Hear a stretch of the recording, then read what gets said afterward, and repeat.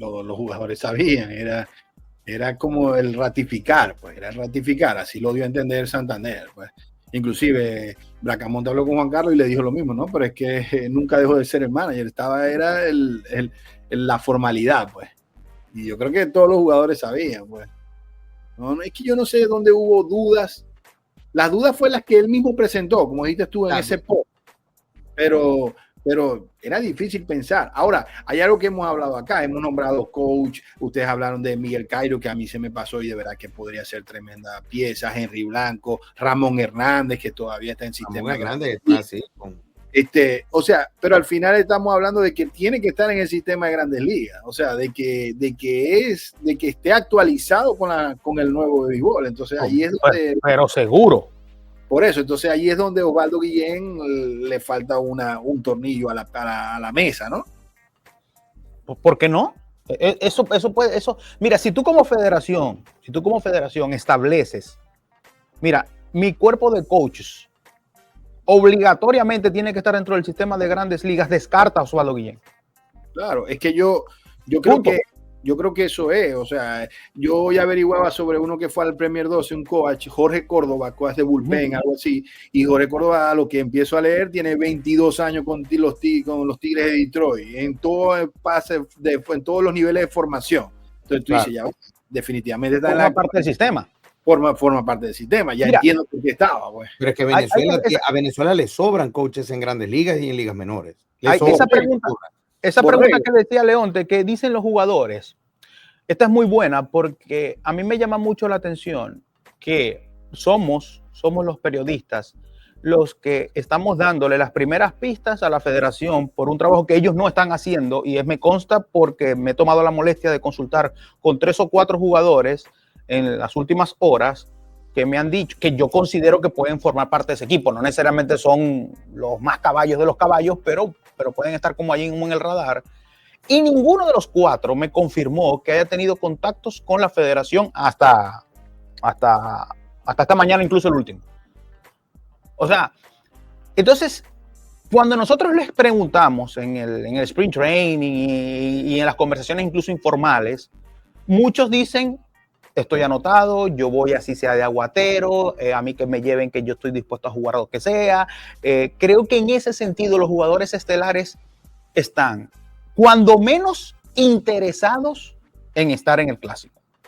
Creería yo que la segunda parte está en motivarlos a que el compromiso crezca, que el compromiso avance avance el tiempo y por supuesto su salud y en otros casos las situaciones contractuales se lo permitan. Pero más allá de eso, yo creo que el grueso de los jugadores venezolanos están dispuestos a estar en el clásico y están bien con Omar López. O sea, creo que hay un consenso mayoritario de que quiero ir y es Omar López el manager, estoy contento con eso. Hasta allí creo que estamos bien. Y eso es porque mucho de lo que se vivió en 2023, y Leonte fue un testigo presencial bien cercano a toda esa armonía, a todo ese ambiente, quedó marcadito, quedó sembrado y ellos realmente quieren, y porque muchos, como dice Julio, capaz tengan su último chance. Sí. Capaz es el último chance. De varios de ellos. Ahora bien. Se acaba una generación, se cierra el capítulo de una generación. Yo creo que los clásicos han tenido la oportunidad de tener esas mezclas, todos. Incluso no de jugadores muy estelares en Grandes Ligas, sino de otros jugadores como que con un segundo rol, pero es por las limitaciones del clásico. Y esto me refiero más que todo a nivel de picheo. Ahora bien, yo dudo que Venezuela, salvo que los 4 de los que hemos hablado lleguen a marzo a tope, no van a contar con un nivel de picheo como el que alguna vez tuvimos la oportunidad de tener con Santana, Félix, Carlos Silva y Carlos Zambrano. Sí, sin duda. O sea, ninguno de los pitchers abridores en Venezuela dominan la liga como la dominaron en su momento. Claro, Félix, pero hablando tres pitchers estelares, o sea, tres candidatos a Sayón permanentes venezolanos en una misma época. O sea, pues precisamente. Sí. Lo que pasa Lo que pasa es que a veces nos confundimos, porque nosotros tuvimos a Miguel Cabrera, o en Miguel Cabrera, mejor dicho, el mejor jugador de las Grandes Ligas en su momento. Y tuvimos a Santana, el mejor pitcher de Grandes Ligas en su momento, y si lo quieres compartir con Félix Hernández, pues que lo compartan, ellos están bien con eso, ¿verdad? Y tuvimos en Altuve, en algún punto, el mejor jugador de la liga, si no top 3 de la liga. Hoy, sin Acuña, no estamos ni cerca de eso. Pero tiene mucho mejor relevo, y el relevo es muy importante en estos juegos.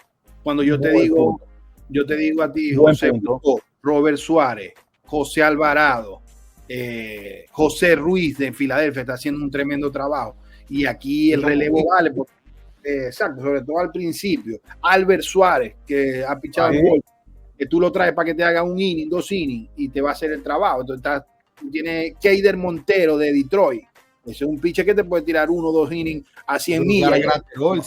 Valencia, Brusdar, Murillo, el que subió con Arizona recién, que la tira a 100. Sí, por eso, Murillo, Juan Murillo.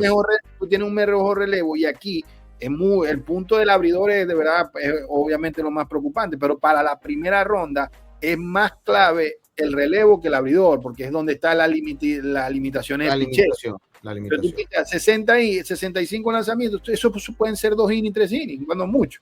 Y de ahí para adelante, entonces ahí tienes que ir 1 a 1. Sí, así es. Bueno, no se sabe, dice Miguel Nava, el gran legendario scout Miguel Nava, dice: Gerardo Parra, mi firmado, me dijo lo mismo, que López sería el manager antes del sprint training. Ya todo el mundo lo sabía, él lo sabía, o sea, hubo un avispero. Comieron presión. Leo, comieron presión.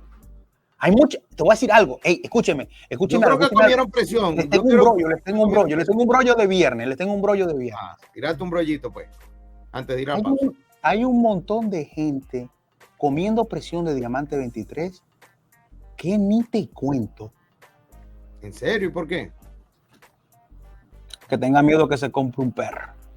Pero no sé, loco. O sea, es como una cosa. Y, ojo, no es negativo, no es necesariamente malo. Presión buena, o sea, sabroso, qué bueno. No, contentos todo el mundo, de verdad. Pero comiendo presión. Obviamente, pero es que tú tienes que tener un contrapeso en la prensa. Tú no, perdón, tienes que tenerlo un contrapeso. Te ahogaste. Cogiste presión. Imagínate si no. Cogió presión. No pasará como en Cuba, que entonces en Cuba, el que no le diga, por cierto, que en Cuba ratificaron un nuevo presidente de la federación, en Juan Reinaldo Pérez Pardo, que es ampliamente impopular entre todas ampliamente impopular entre los cubanos de la isla. Prácticamente nadie lo quiere, o sea, ha sido una elección ampliamente impopular. Eso es lo que como prensa recogemos, que ha sido una selección. Al menos había con Higinio Vélez, quien era una figura muy polarizante antes de su muerte.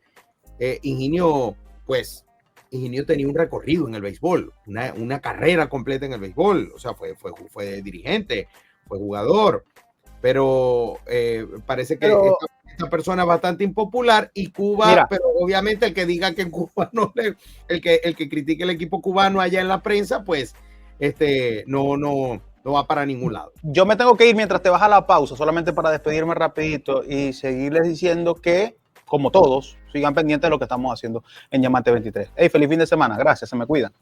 Bueno, nos vamos a la pausa, regresamos aquí con más, porque al regreso venimos con sus comentarios.